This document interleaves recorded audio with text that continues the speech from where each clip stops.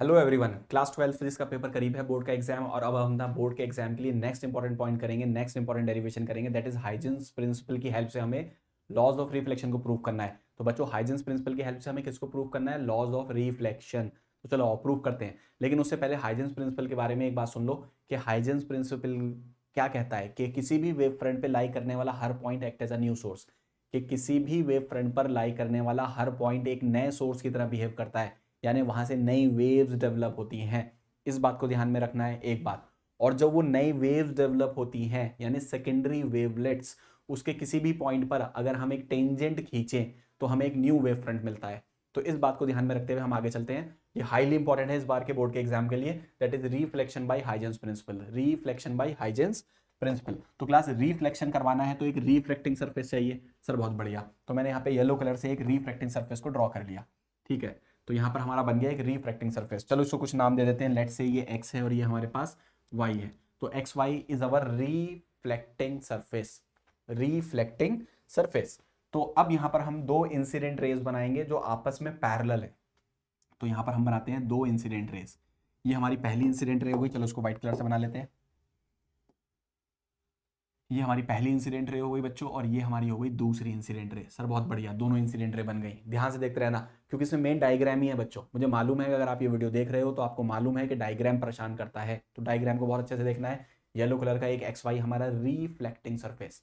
यहाँ हमने दो इंसिडेंट रेज बना ली। सर बहुत बढ़िया, ये दो हमने क्या बना ली बच्चों? Incident raise. ये रही दो इंसिडेंट रेज। अब अगला पॉइंट सुनो, ये भी बहुत इंपॉर्टेंट है कि जब कभी भी हम रेस के ऊपर, लाइट रेस के ऊपर 90 डिग्री का सरफेस बनाते हैं, that is our wave front. यानी wave front ray of light के साथ हमेशा परपेंडिकुलर होता है। तो यहां पर अगर बच्चों मैं एक लाइन खींच देता हूं, लेट्स से यहां पे मैं एक लाइन खींच देता हूं ब्लू कलर से, तो ये वाली जो मैंने लाइन खींची ब्लू कलर से, ये इस पे भी 90 डिग्री है। ध्यान से देखो, ये इस पे भी कितना बना रहा है? 90 डिग्री। और इस पे भी कितना बना रहा है? 90 डिग्री। तो ये ब्लू कलर वाली जो हमारा हो गया, that is our incident wave front. तो ये ब्लू वाली लाइन हमारी रिप्रेजेंट कर रही है इंसिडेंट वेव फ्रंट। सर बहुत बढ़िया, यहां तक बिल्कुल बात समझ में आ रही है। क्या बात समझ में आ रही है? दो इंसिडेंट रेज, रिफ्लेक्टिंग सरफेस, इन रेज पे खींची गई surface perpendicular will be our incident wave front.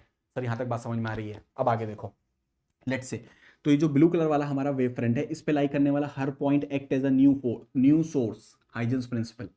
इस वेव फ्रंट पे लाई करने वाले points act as a new source. Sir बहुत बढ़िया, मान लो यहाँ पे t इक्वल 0 है, तो t इक्वल 0 है और इस पॉइंट से जो न्यू वेव्स डेवलप हो रही हैं, या जो लाइट रेज आ रही है, इसको इस पॉइंट तक पहुंचने में t टाइम लगा। यहां से डिस्टरबेंस को, लाइट को यहां तक पहुंचने में बच्चों कितना टाइम लगा? t टाइम लगा। सर बहुत बढ़िया, तो ये डिस्टेंस कितना चला होगा बच्चों पक्का? तो ये डिस्टेंस हमारा चला होगा ct। कितना डिस्टेंस चला होगा? ये वाला ct। सर ct डिस्टेंस क्यों चला होगा? क्योंकि लाइट की स्पीड c हो गई, वैक्यूम है, एयर है, तो लाइट की स्पीड c हो गई, टाइम t लगा, तो डिस्टेंस बराबर speed into time, that is ct। तो सर ठीक है, ये डिस्टेंस ct हो गई। अब हमें करना क्या है? देखो, अब डिस्टरबेंस यहां से यहां तक टी टाइम में पहुंचा, तो यहां से भी तो डिस्टरबेंस आगे पहुंचेगा टी टाइम में कुछ। वो डिस्टरबेंस कितना डिस्टेंस ट्रेवल करेगा? वो भी ct करेगा। यहां से इस वाले पॉइंट से जो वेव डेवलप होगी, रिफ्लेक्टेड रे डेवलप होगी, रिफ्लेक्टेड रे, वो भी कितना डिस्टेंस चलेगी? ct। रिफ्लेक्टेड रे कितना चलेगी? ct। तो एक काम करते हैं बच्चों, यहां पे फटाफट यहां पर कंपास की हेल्प से हम लोग एक काम करते हैं, ct की आर्क बना लेते हैं। ये हो गया, ये डिस्टेंस मेजर कर लेता हूं मैं यहां पर, ठीक है? तो सर ये देखिए, ये इस डिस्टेंस को हम मेजर कर लेते हैं बच्चों। ये फटाफट इस डिस्टेंस को मार्क करते हैं, ध्यान से देखते रहना। ये डिस्टेंस हमने निकाल ली, दैट इज ct। सर ठीक है, ये डिस्टेंस हमारी आ गई, दैट इज ct। तो ये डिस्टेंस ले लिया हमने। अब इस डिस्टेंस को यहां पे हम मार्क कर लेंगे। ये अपनी ct डिस्टेंस मार्क हो गई। सर बहुत बढ़िया, ये आ गई ct डिस्टेंस। क्या हुआ सर? यहां t0 था, यहां से जो वेव चली यहां तक पहुंची, t टाइम लगा। सर बहुत बढ़िया, कितना डिस्टेंस चली? ct। तो यहां से जो रिफ्लेक्टेड रे होगी, रिफ्लेक्टेड रे वो भी तो ct चलेगी। तो मैंने ct की एक आर्क बना ली, यानी सेकेंडरी वेवलेट बना लिया मैंने। अब ये जो ct का आर्क बनाई मैंने, इसके ऊपर मुझे एक टेंजेंट बनाना है। तो इसके ऊपर मुझे क्या बनाना है? एक टेंजेंट बनाना है। तो इसके ऊपर चलो एक टेंजेंट बना लेते हैं ब्लू कलर से ही। तो चलो एक काम करते हैं, व्हाइट कलर से बना लेते हैं। तो यहां पर जो टेंजेंट बनाना है, इस पॉइंट से मुझे यहां पर एक टेंजेंट बनाना है बच्चों। ये टेंजेंट बन गया हमारा ये। अब क्लास यहां पे ध्यान से देखो, अगर मैं यहां पर एक नॉर्मल खींचता हूं, ध्यान से सुनते रहना मेरी बात को, अगर मैं यहां पर एक नॉर्मल खींच लूं, देखो यार एक नॉर्मल, ठीक है सर एक नॉर्मल खींच लिया, तो ये वाला एंगल एंगल ऑफ इंसिडेंस होगा सर, बिल्कुल होगा एंगल ऑफ इंसिडेंस। तो यहां से एक रिफ्लेक्टेड रे भी होगी, आई पर आना आई पर जाना, आई इक्वल्स आर, तो ये एंगल ऑफ इंसिडेंस है, तो यहां से एक एंगल ऑफ रिफ्लेक्शन भी होगा। तो अगर मैं वो रिफ्लेक्टेड रे यहां पर बनाता हूं, ये वाली ये रे, तो वो यहां से पास हो रही है ये रे, तो क्लास ये रिफ्लेक्टेड रे है, रिफ्लेक्टेड रे, और ये इस पे 90 डिग्री बना रही है। किस पे बना रही है 90 डिग्री? इस व्हाइट वाली लाइन पर, ठीक है, ब्लू वाली पे नहीं, व्हाइट वाली लाइन पे। तो ये व्हाइट वाली लाइन होगी हमारी सरफेस होगा रिफ्लेक्टेड वेव फ्रंट। ये क्या होगा हमारा? Reflected wave front. ये जो व्हाइट वाली लाइन है ये, क्योंकि ये ब्लू वाले आर्क पर, इस सेकेंडरी वेवलेट पर टेंजेंट है, टेंजेंट प्लेन है, तो ये tangent plane will be our reflected wave front. अगर ये रिफ्लेक्टेड वेव फ्रंट है, तो यहां से अगर मैं एक रे स्टार्ट करूं, ये देखो ये कौन सी रे आई थी? इंसिडेंट, तो ये वाली रिफ्लेक्टेड रे इस पे भी 90 बनाएगी सर, बिल्कुल इस पे भी 90 बनेगा। और यहां पर हम एक नॉर्मल भी खींच सकते हैं, ये रहा देखो नॉर्मल, ठीक है। तो ये हमारे पास फिर एंगल ऑफ इंसिडेंस है ये वाला, और ये हमारे पास क्या है? एंगल ऑफ रिफ्लेक्शन, नॉर्मल, ठीक है। तो सर ये वाला कौन सा वेव फ्रंट है? ये व्हाइट वाला, ये व्हाइट वाला जो हमारा वेव फ्रंट है, कौन सा वेव फ्रंट है बच्चों? Reflected wave front. और इस रिफ्लेक्टेड वेव फ्रंट पर ये वाली रे और ये वाली रे, दोनों रे कितना एंगल बना रही है? 90 डिग्री। क्यों? क्योंकि ये दोनों रिफ्लेक्टेड रेज है, reflected raise reflected wave front पर 90 डिग्री। बहुत बढ़िया। ये हमारी इंसिडेंट रेज है, और ये इंसिडेंट रेज इस ब्लू वाले वेव फ्रंट पर इंसिडेंट वेव फ्रंट बना रही है, 90 डिग्री बना रही है। इंसिडेंट रेज इस ब्लू वाले इंसिडेंट वेव फ्रंट पे कितना एंगल बना रही है? 90 डिग्री। ये इतना हो गया।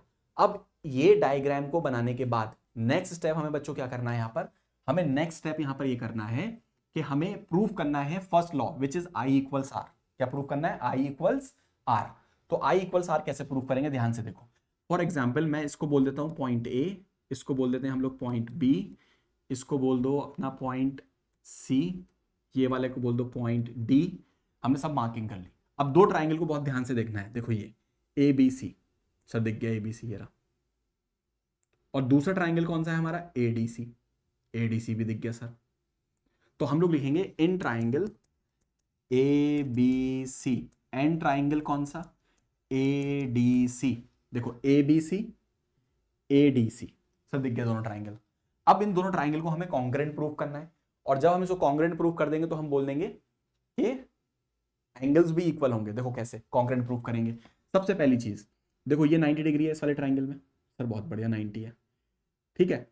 अब 90 डिग्री है ये वाला एंगल, उसी तरह से देखो ए डी सी इस वाले ट्राइंगल में, सर ये भी 90 है, तो हम बोल देंगे एंगल बी ये वाला एंगल और एंगल डी सेम होंगे, यानी एंगल बी बराबर होगा एंगल डी के। क्यों? ईच 90, सर ठीक है ईच 90 हो गया, कोई दिक्कत नहीं।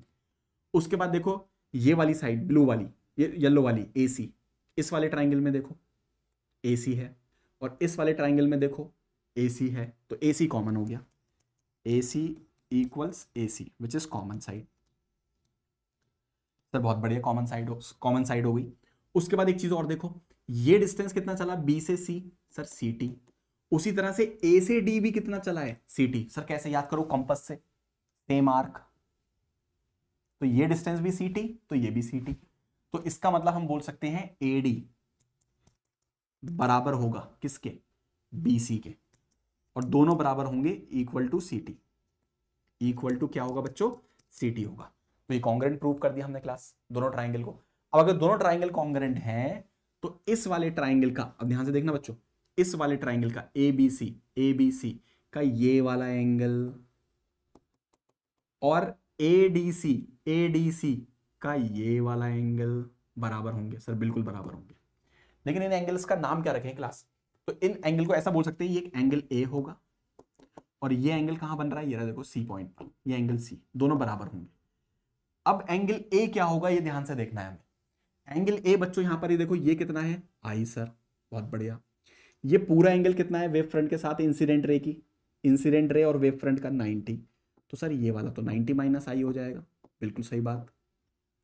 उसके बाद देखो ये 90 माइनस आई हो गया, अब ये नॉर्मल है, देखो ये पूरा 90 है सर, बिल्कुल ये पूरा 90 है, नॉर्मल है ना ये लाइन नॉर्मल है येलो वाले पे, और ये 90 माइनस आई है, तो ये बचा हुआ ये एंगल कितना होगा, ये तो सर आई हो जाएगा, तो यानी एंगल ए आई के बराबर होगा सर, बहुत बढ़िया।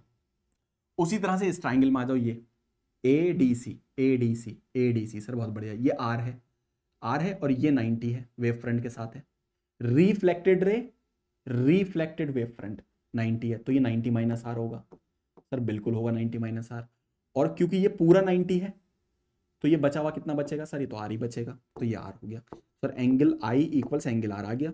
तो ये तो हमें प्रूफ करना था लॉज ऑफ रिफ्लेक्शन, तो हमने लॉज ऑफ रिफ्लेक्शन का ये लॉ प्रूफ कर दिया कि एंगल ऑफ इंसिडेंस बराबर होता है हमारा एंगल ऑफ रिफ्लेक्शन के। तो क्लास इस डायग्राम को बहुत अच्छे से ध्यान रखना है, यहां हमने लॉज ऑफ रिफ्लेक्शन को प्रूव कर दिया बाय यूजिंग हाइजेंस प्रिंसिपल, लेकिन अभी एक ही लॉ प्रूव हुआ है, अब दूसरे की तरफ चलते हैं। तो दूसरे को प्रूव करने के लिए बिल्कुल भी ज्यादा इस वक्त दिमाग नहीं लगाना है, सिंपली जो मैं बातें बोल रहा हूं उसको लिखना है और हेंस प्रूव्ड।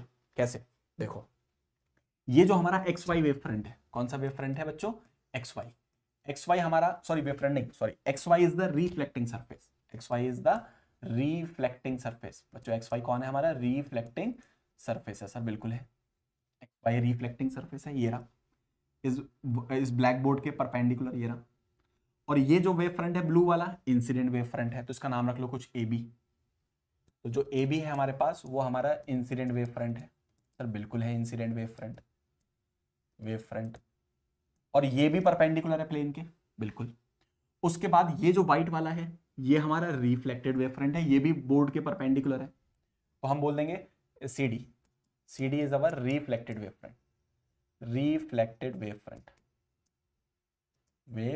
फ्रंट, और ये तीनों आपस में क्या है, ये तीनों क्या है आपस में नहीं, ये तीनों क्या है बोर्ड के perpendicular to the plane of board, यानी तीनों बोर्ड के परपेंडिकुलर सर, बहुत बढ़िया।